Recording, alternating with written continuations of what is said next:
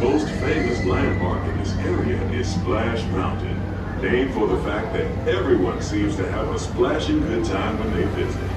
Splash Mountain is part of Critter Country, a remote wilderness filled with tall pines, rustic buildings, backwood bayous, and one of those tall tales we often hear along the river.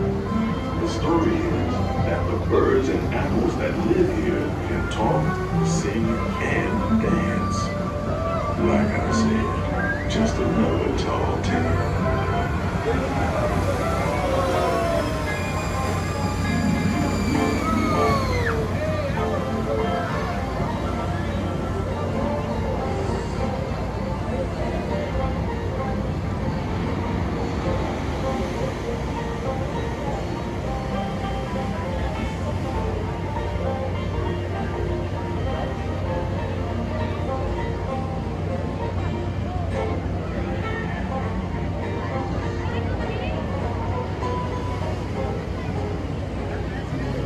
While you're in Critter Country, you might want to grab a paddle and try your hand at the Explorer canoes.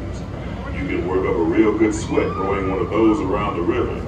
Me, I'll take the comfort of the Mark Twain Riverboat any day.